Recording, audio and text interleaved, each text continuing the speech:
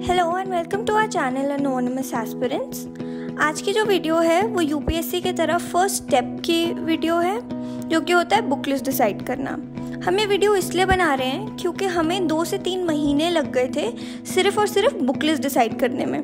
क्योंकि बोलते सब हैं कि सोर्सेज जो हैं वो लिमिटेड रखो, जितने लिमिटेड सोर्सेज होंगे उतना अच्छा होएगा। पर आप जिसकी वीडियो देखोगे हर किसी का सोर्स डिफरेंट होता है, बहुत डिफरेंट होता है। आई थिंक सिर्फ एक लक्ष्मीकांत होती होगी जो सबके लिए सेम रहती है। तो हम ये वीडियो इसलिए बना रहे हैं क्योंकि बहुत ज़्यादा टाइम लगा के हमने अलग अलग टॉपर्स के इंटरव्यूज़ देख के सब कुछ करके हम इस फाइनल बुक लिस्ट तक पहुँचे। Let's not waste much of your time और हम अब अपनी बुक लिस्ट के बारे में बताना शुरू करते हैं।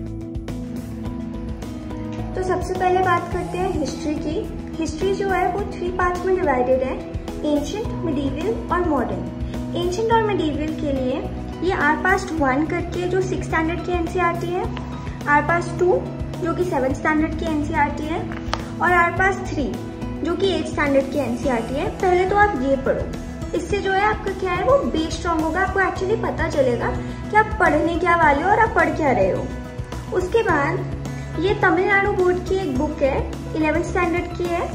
ये एक बहुत ही छोटी सी बुक है और बहुत ही अच्छी बुक है।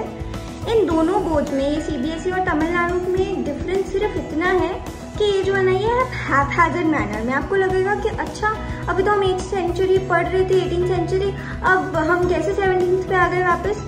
और जो ये वाली बुक है इसमें ऐसा कुछ भी नहीं है। सब कुछ जो है वो बिल्कुल ही पीरियड्स के हिसाब से देके रखा है। आपको ऐसे लगेगा जैसे आप एक स्टोरी पढ़ रहे हो। तो अगर आप ये चारों बुक्स पढ़ लेते हो और बार बार रिवाइज कर लेते हो तो आपका एंशिएंट और जो मिडीवल का पार्ट है वो बहुत अच्छे से हो जाएगा। पर ऑब्वियसली अगर आप यूपीएससी के लिए प्रिपेयर कर रहे हो तो सिर्फ यही नहीं हो सकता। प्रीवियस क्वेश्चंस हर कोई बोलता है और ये सच भी है। आप कोई भी चीज़ स्टार्ट करने से पहले, कोई भी सब्जेक्ट स्टार्ट करने से पहले उसके प्रीवियस क्वेश्चन पेपर्स देख लो एक बारी। हमारे पास जो है वो ये अरिहंत की 27 ईयर्स वाली है। इसमें थोड़ी सी प्रॉब्लम है, अगर हम सीसैट वाला पार्ट देखें तो आप कोई और भी ले सकते हो। कई बार आंसर्स गलत दिए होते हैं इसमें और आपको यूपीएससी की आंसर की जो साइट पे आती है आपको वो रेफर करनी पड़ जाती है। पर ऑल एंड ऑल अगर आपको देखना है कि कैसा है तो ठीक है। अगर आपको देखना है कैसे टाइप के क्वेश्चन आते हैं तो ये बिल्कुल ठीक है, लेकिन आपको कोई और मिलती है तो आप वो ले लो। काफ़ी पब्लिशर्स निकालते हैं प्रीवियस ईयर की books, so that is not a problem. तो ज़रूर please previous year question papers bar bar revise भी करो और एक बारी कोई भी सब्जेक्ट स्टार्ट करने से पहले वो देख भी लो। आपको सीरियसली आइडिया हो जाएगा कि आपको पढ़ना क्या है, क्या इंपॉर्टेंट है, क्या नहीं है। नहीं तो सारी बुक आप अंडरलाइन करते चलोगे क्योंकि आपको सब कुछ इम्पोर्टेंट लगेगा। अब आते हैं मॉडर्न हिस्ट्री पे। मॉडर्न हिस्ट्री के लिए स्पेक्ट्रम एक बहुत अच्छी बुक है। ये काफ़ी मोटी किताब है लेकिन आप देखो साइज में काफ़ी छोटी सी भी है। बहुत सारे लोगों को पता होगा ऑब्वियसली, लेकिन अगर जिनको नहीं पता उनको बता देती हूँ। ये एक बहुत ही अच्छी बुक है।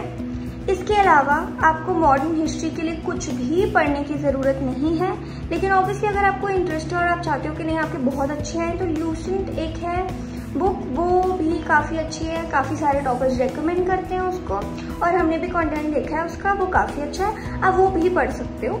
लेकिन अगर आपको नहीं पढ़ना तो आप प्लीज़ इसी पे रहो।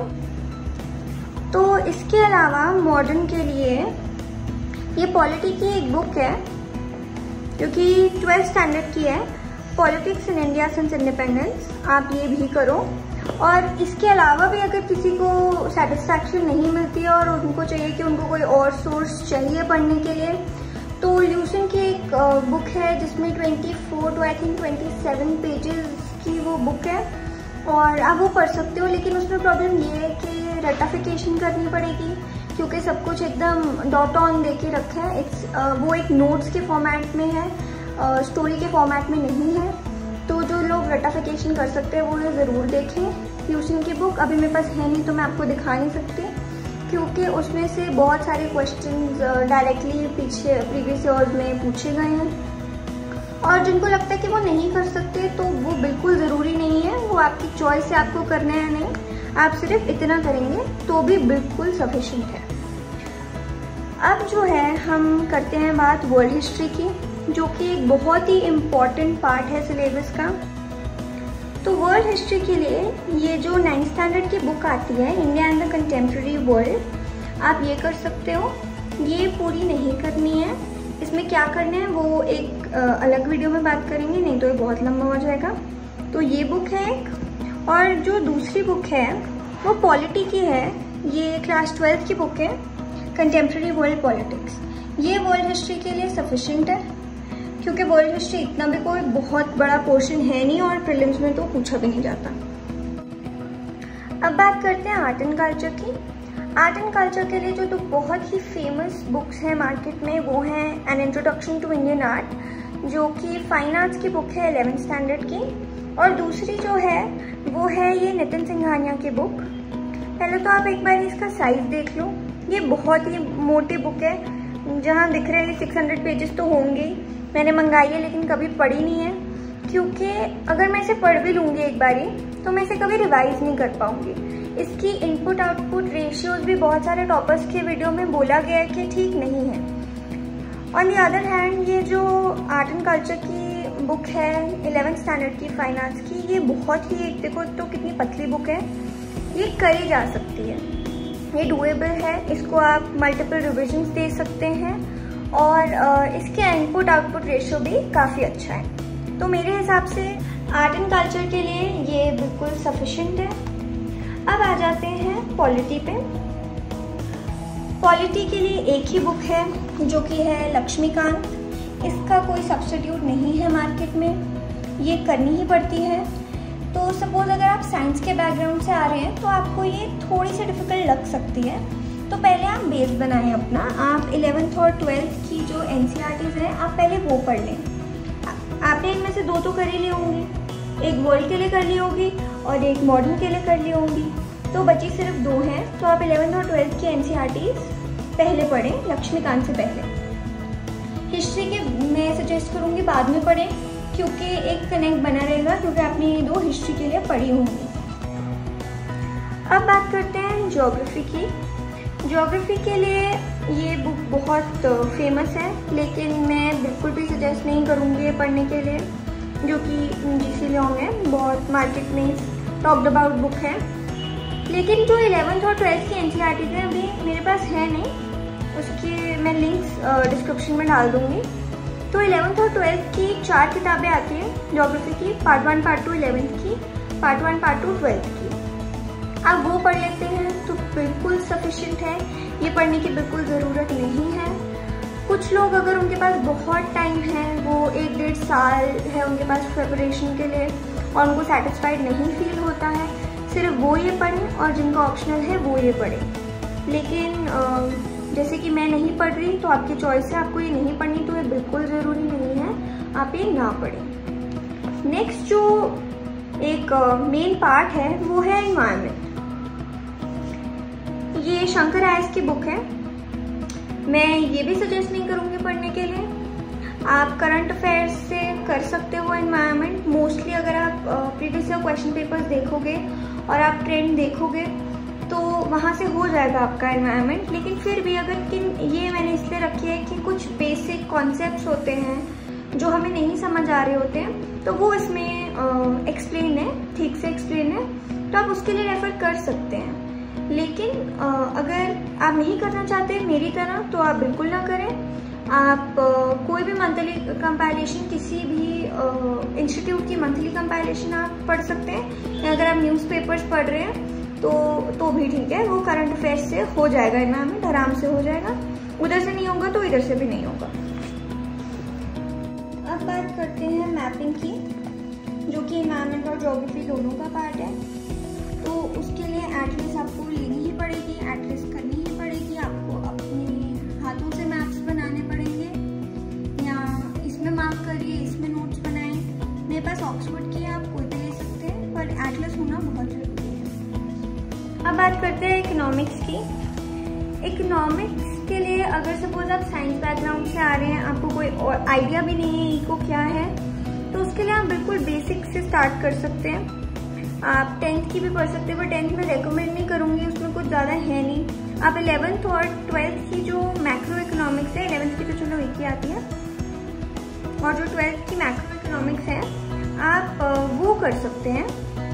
ठीक है, हमने भी पढ़ी थी क्योंकि जो मेरा फ्रेंड है वो साइंस बैकग्राउंड से है तो, और मैं कॉमर्स बैकग्राउंड से हूँ, तो आप वो कर सकते हैं। लेकिन अगर you well versed with eco, आपको इको पसंद है, आपको इको आती है, आपका बैकग्राउंड जो है वो इकोनॉमिक्स रिलेटेड है, तो आप डायरेक्टली श्रीराम IAS करके ये नोट्स आते हैं, कंपाइलेशन आते हैं, ये 2 पार्ट्स में आते हैं, एक पार्ट 1 है, एक पार्ट 2 है।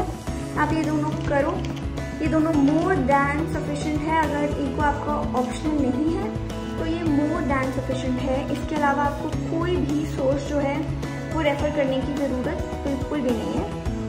अब एथिक्स जो है ये मेंस का पार्ट है। वैसे तो इसके लिए कोई बुक है नहीं, सारी ही books I am sorry to say equally बकवास है, पर अगर आपको आइडिया चाहिए, आप बिल्कुल फ्रेश हो, आपको कुछ समझ नहीं आ रहा, आपको आइडिया चाहिए, तो आप एक बार ये बहुत ही मोटी सी बुक है, आप इसको थोड़ा सा देख सकते हो। एथिक्स भी न्यूज़पेपर से होएगा, आंसर सॉल्विंग से होएगा, अपने प्रीवियस ईयर क्वेश्चन पेपर्स जो हैं उनको सॉल्व करो, आपको आइडिया लगेगा एथिक्स क्या है। अब जो रहते हैं वो रहते हैं साइंस एंड टेक और सोशियोलॉजी। पर्सनली मैं साइंस एंड टेक के लिए एक फुल मंथ वेस्ट करने के फेवर में बिल्कुल भी नहीं हूँ। साइंस एंड टेक जो है वो भी मंथली कंपाइलेशंस या करंट अफेयर्स जो भी आप करते हैं, न्यूज़पेपर या जो भी, वो उससे बहुत आराम से हो जाएगा। उसके लिए आपको कुछ एक्स्ट्रा पढ़ने की ज़रूरत नहीं है। इनपुट आउटपुट रेशियो प्लीज़ दिमाग में रखो। आप 1 महीना वेस्ट करोगे, वहाँ से एक या आधा क्वेश्चन आएगा, वो भी कोई गारंटी नहीं है आपको आता होगा। अगर आपके पास बहुत टाइम है आप ज़रूर करो, लेकिन अगर आपके पास टाइम नहीं है तो मैं सजेस्ट करूँगी आप अपना टाइम बिल्कुल भी उस पर वेस्ट ना करो। बायोलॉजी में जो है वो क्योंकि हमारा पेपर फॉरेस्ट सर्विस से इंटीग्रेटेड आता है तो बायोलॉजी थोड़ा सा इम्पोर्टेंट पार्ट बन जाता है, लेकिन मैं फिर भी कहूँगी कि आप मत करो उसे। आप करंट अफेयर्स में जो आता है उसको थोड़ा डिटेल में पढ़ लो, उसके बारे में थोड़ा गूगल कर लो, उन टॉपिक्स को थोड़ा डिटेल में पढ़ लोगे तो हो जाएगा। आपको कुछ अलग से बुक्स पढ़ने की ज़रूरत नहीं है। लेकिन अगर आप साइंस बैकग्राउंड से आते हैं तो आप 11th स्टैंडर्ड की जो बायोलॉजी है वो आप कर सकते हो, दैट्स गुड इनफ। वो एनवायरनमेंट में भी आपको काफ़ी हेल्प कर देगी। अब जो सोशियोलॉजी पे आए तो यहाँ पे उसकी बुक नहीं है। सोशियोलॉजी बहुत सारी चीज़ों में इम्पोर्टेंट हो जाता है, वो अलग से एक टॉपिक नहीं है, लेकिन वो इन सब में इंटीग्रेटेड है। तो सोशियोलॉजी का पार्ट जो सोसाइटी वाला पार्ट है हमारे सिलेबस में, उसको पढ़ने के लिए यहाँ पे तो मेरे पास नहीं है। हमने वही की है, 11th और 12th की सोशियोलॉजी आती है, 11th की पार्ट 1 एंड पार्ट 2, 12th की पार्ट 1 एंड पार्ट 2, आप वो करो, that is more than enough. हाँ, अगर सोशियोलॉजी आपका ऑप्शनल है जैसे कि हमारा है तो उसके बारे में एक अलग वीडियो बनेगी।